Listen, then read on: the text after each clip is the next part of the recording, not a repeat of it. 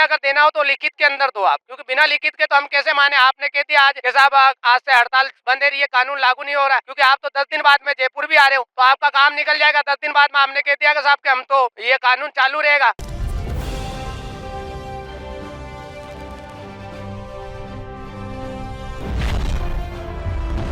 शहर के tempo driver union ने हिट एंड रन कानून में संशोधन को ड्राइवर विरोधी बताते हुए ड्राइवरों की सुरक्षा को लेकर गृह मंत्री से विचार करने की मांग की है। बुधवार को माकड़ वाले टेम्पो स्टैंड चौराहे पर ड्राइवरों ने अपना विरोध प्रदर्शन किया। यूनियन के नेता कैलाश रावत और दिनेश कुमार ने कहा कि ज्यादातर ड्राइवर खुद टेम्पो, ऑटो या बस टैक्सी मालिकों के यहाँ नौकरी कर अपने परिवार को चलाता है। ऐसे में कोई दुर्भाग्यवश दुर्घटना हो जाए तो उसे 10 साल की सजा और 7 लाख का जुर्माना लगाना अन्याय है। ऐसे काले कानून का हम विरोध करते हैं और गृह मंत्री से आग्रह करते हैं कि वो कानून को वापस ले, साथ ही छोटी मोटी दुर्घटना होने पर वो भीड़ ड्राइवरों के साथ मारपीट करने लगती है। सुरक्षा का भी ख्याल रखें। 2 नंबर रूट की मकड़वाली टेम्पो स्टैंड चौराहे पर सभी ड्राइवरों ने विरोध स्वरूप अपने टेम्पो को खड़ा कर नारेबाजी की। मेरा कहने का मतलब ये है, जो अमित शाह जी ने ये जो नियम निकाले हैं, जो 7 लाख रुपए जुर्माना और 10 साल के लिए सजा, तो इसमें कुछ प्रावधान होना भी ज़रूरी है कि अगर हम कहीं गाड़ी छोड़ के अगर भागते हैं तो जो भीड़ हमें मारने वाली है उनके लिए भी कुछ कानून निकालें।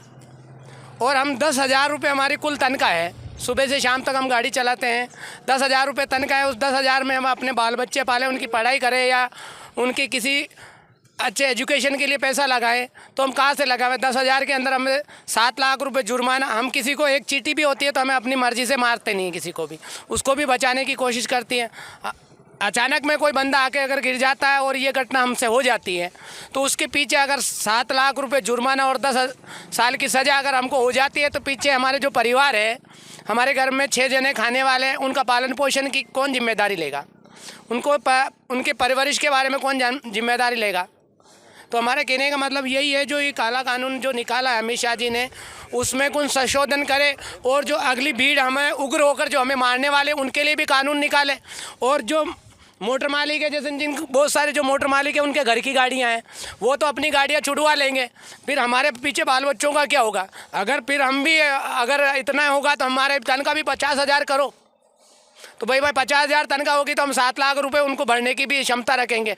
अब 10,000 रुपये तनख्वाह में हम अपने बाल बच्चों की परवरिश पूरी नहीं कर पा रहे हैं, हम उनको कहाँ से उनकी परवरिश करेंगे? 10 साल उनके पीछे हमारे परिवार की पालन पोषण कौन करेगा?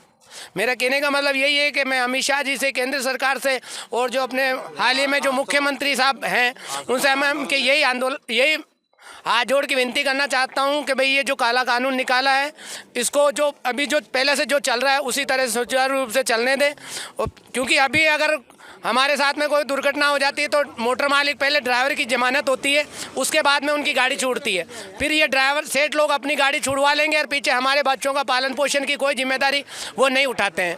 इसलिए हमें ये हाथ जोड़ के विनती करते हैं अमित शाह जी से भी और केंद्र सरकार से भी कि इस विषय के बारे में पूर्ण विचार करें, जल्दबाजी में बनाए हुए कानून को शांतिपूर्ण अपने समझ से कार्य करके फिर हमको बताएं, क्योंकि ये चीज़ हमारे इम्पॉसिबल, हम इसको सहन नहीं कर पाएंगे। आज तो छोटा था, ठीक है। हाँ जी, मैं कैलाश सिंह रावत ओगरा से बोल रहा हूँ। और ये हमारे जो ये कानून निकाला है ये बहुत गलत कानून है साहब।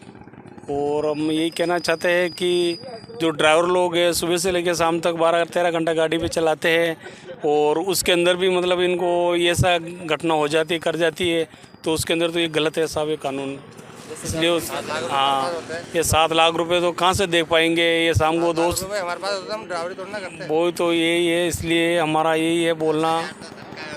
हाँ, यही है साहब, हमारा सहयोग करें और जो भी है जो हमारा जो भी है जो सेवा करें। जिन्होंने अभी हाल ही में हड़ताल आज खत्म करने के लिए बोला है तो उसको हमें या तो लिखित के अंदर दें। अगर ये लिखित में नहीं देते और 10 दिन बाद में अगर इन्होंने ये कानून फिर से लागू कर दिया तो फिर अभी तो हम कम मात्रा के अंदर ड्राइवर लोग हैं और यूनियन है जो हम इस चीज़ को सहन कर रहे हैं। अगर 10 दिन बाद में अगर उन्होंने ये कानून लागू रखा तो उसके बाद उधर मचा या कोई भी हादसा हुआ या कोई भी बात हुई तो उसकी जिम्मेदारी केंद्र सरकार लेगी। लुकआउट नहीं होगा जब तक हमारे पास। हमें जो भी अगर देना हो तो लिखित के अंदर दो आप, क्योंकि बिना लिखित के तो हम कैसे माने? आपने कह दिया आज कि साहब आज से हड़ताल बंद है, ये कानून लागू नहीं हो रहा, क्योंकि आप तो 10 दिन बाद में जयपुर भी आ रहे हो, तो आपका काम निकल जाएगा। 10 दिन बाद में हमने कह दिया कि साहब कि हम तो ये कानून चालू रहेगा, बाकी इन्होंने जो लड़कियों के लिए, नाबालिग के लिए जो ये बनाया कानून, वो बहुत अच्छा बनाया, उसके लिए हम उनका समर्थन करते हैं हमेशा के लिए।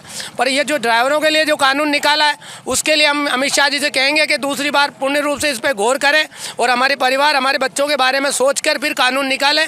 और हमारे जो यूनियन के बड़े बड़े जो ट्रांसपोर्टर हैं, उनसे मिलकर बैठक करके इस विषय में पूरी जानकारी, पूरी मतलब वो ले के भाई ड्राइवर का भी कोई जिम्मा बनता है, उसका भी परिवार है।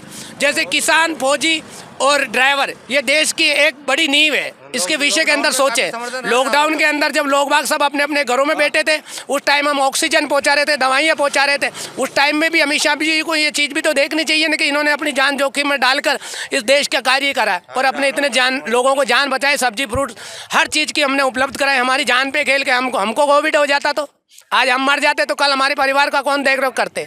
इसलिए हम हाथ जोड़ के उनसे विनती करना चाहते हैं और इस जो कानून बनाया है, इसको पूर्ण रूप से थोड़ा बैठकर लोकसभा में, विधानसभा में सब एक साथ बैठकर इस चीज़ का पूरा तरह निस्तारण निकालें।